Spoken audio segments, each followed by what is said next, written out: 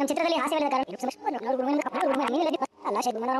ಇಂತಿ ಎಲ್ಬೋರ್ಡ್ ಸುಳ್ಳೆ ಸತ್ಯ ಅಭಿಮಾನಿ. ಕನ್ನಡ ಚಿತ್ರ ಇತಿಹಾಸದಲ್ಲಿ ಮೊಟ್ಟ ಮೊದಲ ಬಾರಿಗೆ ಫೇಸ್ಬುಕ್ ಅಲ್ಲಿ 30 ಲಕ್ಷ ಲೈಕ್, ಯೂಟ್ಯೂಬ್ ಅಲ್ಲಿ 100 ದಿನ ಓಡೋ ಚಿತ್ರ ಸುಳ್ಳೆ ಸತ್ಯ.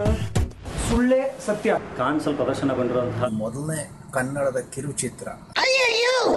ಸಿನಿಮಾ 100 ಸೂಪರ್ ಸೂಪರ್ ನೋಡಾದ್ಮೇಲೆ ಲವ್ ಮಾಡ್ಬೇಕು ಅನಿಸ್ತಾ. ರಿಲೀಸ್ ಆಗಿಲ್ಲ, ಇಷ್ಟು ಬಿಲ್ಡಪ್ ಬೇಕಾ?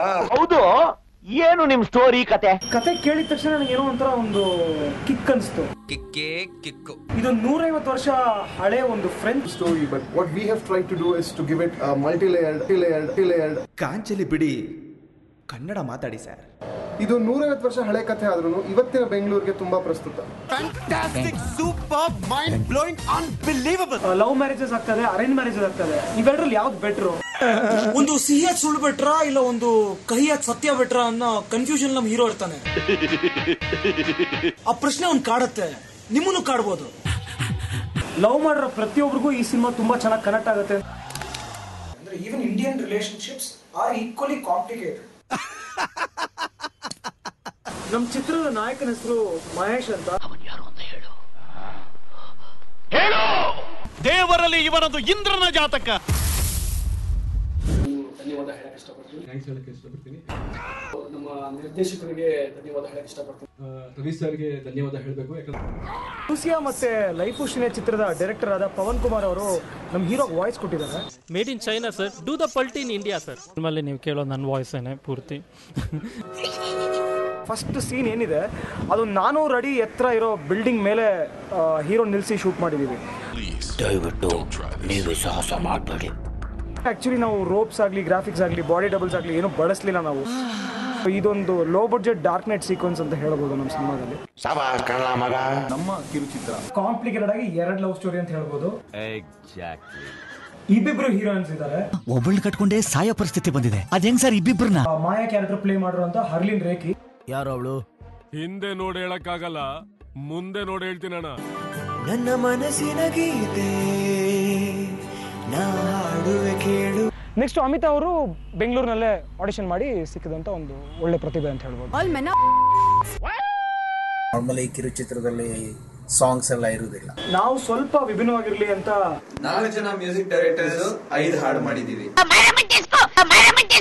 ಅದರಲ್ಲಿ ಇಬ್ರು ಬಂದ್ಬಿಟ್ಟು ವಿದೇಶದವರು, ಒಬ್ರು ಲಂಡನ್ ಇಂದ, ಮತ್ತೊಬ್ರು ಸಿಂಗಪೂರ್ ಇಂದ, ಇನ್ನಿಬ್ರು ಮ್ಯೂಸಿಷಿಯನ್ಸ್, ಮ್ಯೂಸಿಕ್ ಡೈರೆಕ್ಟರ್ಸ್ ಬ್ಯಾಂಗ್ಳೂರ್ನವರು, ಮತ್ತೆ ಇನ್ನೊಬ್ರು ಲಿರಿಕ್ ರೈಟರ್ ಬಂದ್ಬಿಟ್ಟು ಜರ್ಮನಿಯಿಂದ. ಇದು ಇಂಟರ್ನ್ಯಾಷನಲ್ ಮ್ಯೂಸಿಕ್ ಕೊಲಾಬರೇಷನ್ ಅಂತ ಹೇಳ್ಬೋದು. ದಿಲ್ಲಲೊಂದು ಮುಳ್ಳು ಚುಚ್ಚಿದೆ. ಕಾನ್ಸಲ್ ನಾವು ಸ್ಕ್ರೀನ್ ಮಾಡಿದ್ವಿ ಇದೇ ವರ್ಷದ ಮೇ ತಿಂಗಳಲ್ಲಿ. ಬಾಲಿವುಡ್ನವ್ರು ನೋಡಿದ್ರು, ಟಾಲಿವುಡ್ನವ್ರು ನೋಡಿದ್ರು, ಚಿರಂಜೀವಿ ಅವ್ರು ನೋಡಿದ್ರು, ಅನುರಾಗ್ ಅವ್ರು ನೋಡಿದ್ರು, ಕಾರ್ತಿಕೇಯ ಅವ್ರು ನೋಡಿದ್ರು. ಅವರೆಲ್ಲ ನೋಡಿ ಒಂದು ಒಳ್ಳೆ ಅಭಿಪ್ರಾಯ ಕೊಟ್ಟರು. ಸಿನಿಮಾ ಬಗ್ಗೆ ತುಂಬ ಚೆನ್ನಾಗಿದೆ ಅಂತ ಹೇಳಿದ್ರು. ಅದೊಂದು ನಮಗೆ ಹೆಮ್ಮೆಯ ವಿಷಯ. ಆದ್ರೆ ಕನ್ನಡಿಗರಿಂದ ನೋಡಕ್ಕಾಗಿಲ್ಲ ಅಂತ ನಂಗೊಂದು ಬೇಜಾರಿದೆ. ಸುಳ್ಳೆ ಸತ್ಯ ಟೂರಿಂಗ್ ಟಾಕೀಸ್ ಅಂತ ಒಂದು ಹೊಸ ಕಾನ್ಸೆಪ್ಟ್ ನಾವು ಸ್ಟಾರ್ಟ್ ಮಾಡ್ತಾ ಇದೀವಿ. It's A brand name. 40 ನಿಮಿಷದ ಚಿತ್ರ ಥಿಯೇಟರ್ ರಿಲೀಸ್ ಮಾಡೋದು ಕಷ್ಟ. ಟಿವಿಯಲ್ಲಿ ನಮಗೆ ಸಪೋರ್ಟ್ ಸಿಗ್ತಾ ಇಲ್ಲ ಈ ಒಂದು ಚಿತ್ರನ ರಿಲೀಸ್ ಮಾಡೋಕ್ಕೆ.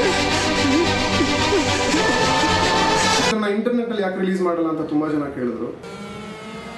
ಕೆಲವೊಂದು ಫೆಸ್ಟಿವಲ್ ರೂಲ್ಸ್ ಇರೋದ್ರಿಂದ ನಾವು ಇಂಟರ್ನೆಟ್ ಅಲ್ಲಿ ರಿಲೀಸ್ ಮಾಡಕ್ ಆಗಲ್ಲ. ಥಿಯೇಟರ್ನೇ ನಿಮ್ ಮುಂದೆ ತರ್ತಾ ಇದೀವಿ. ಈ ಮಾಡ್ಬೇಕಿರೋದು ಇಷ್ಟೇ, ತುಂಬಾ ಸಿಂಪಲ್.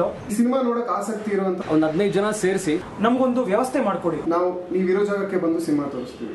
ಕುದುರೆ ನೀರತ್ರ ಬರ್ತಿಲ್ಲ, ಅದಕ್ಕೆ ನೀರ್ನೇ ಕುದುರೆ ಹತ್ರ ತಂದ್ಬಿಟ್ಟೆ.